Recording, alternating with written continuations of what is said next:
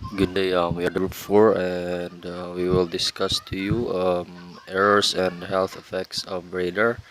And the members are as follows: Cadet Dikito Ezekiel, Katduga Gabriel Saint, and Cadet Dultra Jennifer Ken. So our learning objective is that at the end of our discussion, students shall be able to determine the radar errors and possible health effects of radar. So first, let me ask you a question before we proceed. So, what are the possible health effects of radar?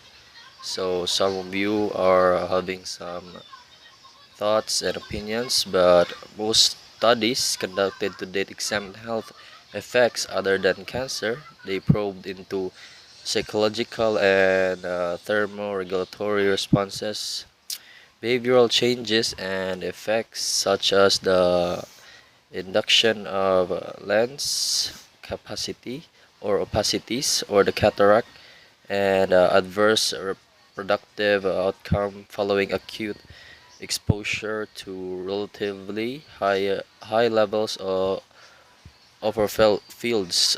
There are also numbers of studies that report non-thermal effects where no appreciable rise in temperature can be measured.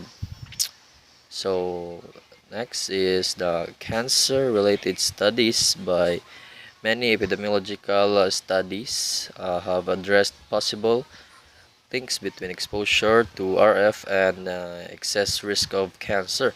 So however, because of differences in the design and execution of these studies, their results are difficult to interpret. A number of national and international peer review groups have concluded that there is no clear evidence of links between RF exposure and excess risk of cancer, who has also concluded that there is no convincing scientific evidences of that exposure to RF shortens the lifespan of humans. So, or the that RF is an inducer or promoter of cancer. However, further studies are necessary. So here, in our page or this page, we have a picture of a example of skin cancer or skin cancer. So it usually appears red, scaly, and rough skin sores, and typically on sun exposed areas such as your hands.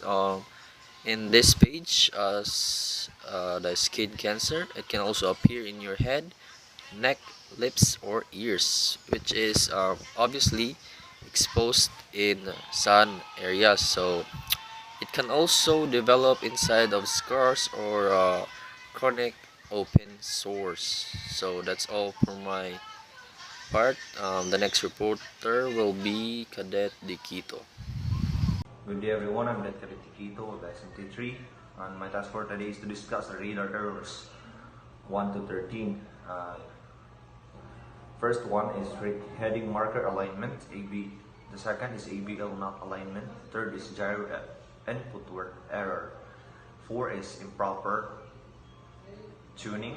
5 is improper range. 6 is blind sector. 7 is adjustment train, flutter and section flutter. And 8 is own vessel date input error. 9 is range and bearing discriminations. And 10 is beam width distortion.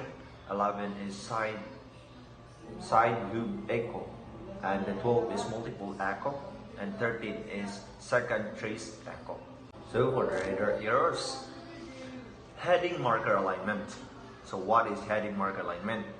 It is a collision point could occur of the heading marker in a collision situation when the same error occurs in both heading marker and collision as might occur due to a gyro compass error. The collision case will always true the collision point on the heading marker, and the EB not alignment. The EBL system has a limited area of expose, right in field, and a large Water is divided into many writing fields, exposed side by side with stage movement between each field exposes the deviation from perfect alignment between consecutive writing fields is called stitching error. So for blind sector, what is blind sector? In the radar scope in which radar echoes cannot be received because of obstruction near the antenna. So for the lane clutters, what is lane clutters? Clutters is a term used for unwanted echoes in electronic system, particularly in difference to radars. Such echoes are typically returned from ground, sea, rain, animals, insect, chaff, atmospheric turbulences, and can cause serious performance issue with the radar system. So for the third one is range discrimination. Range discrimination, two small targets on the same bearing and slight range difference may be shown as an target bearing. This discrimination, two small targets on same range and slight bearing difference may be shown as one target false echoes. So for the last one is which is the beam wide distortion. What is beam wide distortion? So the finite beam wide of the radar result in echoes being extended in the azimuth direction called azimuth distortion. So it is apparently that azimuth distortion will result in the enlargement of a target by approximately one half beam wide on either side. So the total enlargement is equal to the one beam wide. And that would be all. Thank you. Side lobe echo. The finite beam width of the radar results in echoes being extended in the azimuth direction, called azimuth distortion. It is apparent that azimuth distortion will result in an enlargement of a target by approximately one half beam width on either side, so total enlargements equal to one beam width. Next is going to be multiple echo. Multiple echoes may occur when a strong echo is received from another ship at close range. A second or third or more echoes may be observed on the radar scope at double, triple, or other multiples of the actual range of the radar contact. Next, second trace echoes, or also known as multiple trace echoes. Are echoes received from a contact at an actual range greater than the radar range setting. If an echo from a distant target is received after the following pulse has been transmitted, the echo will appear on the radar scope at the correct bearing, but not at the true range. Second trace echoes are unusual except under abnormal atmospheric conditions or conditions under which superrefraction is present.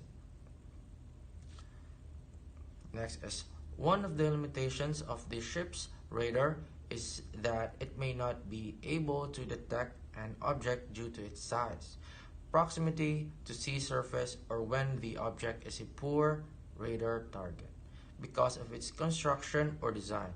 For example, military ships are designed so that the radar waves do not reflect back to the receiving unit of radar scanners. So this also happens when wooden fishing boat, as they have poor radar reflective surface. Small unit boats engaged in fishing are also difficult to sight visually at night. Sometimes they may not be seen during daytime from the bridge due to height or the angle of viewing or reflection of the sea surface. When navigating in proximity of such vessels or their known operating areas, it is a good practice to post an alert lookout with a walkie-talkie on the forecast castle deck.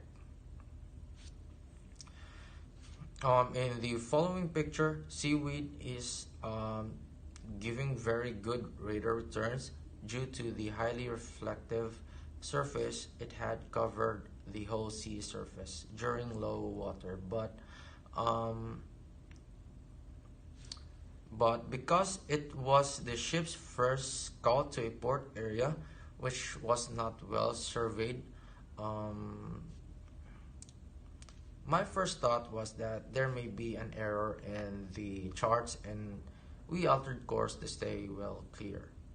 We started approaching only after getting positive confirmation by all possible means that it was safe to do so, and there was ample water with sufficient depth. It is always better to be safe than sorry. I was also concerned if the seaweed, because of being so densely packed, could in any way foul the bow thruster. So that is all for today, and bon voyage.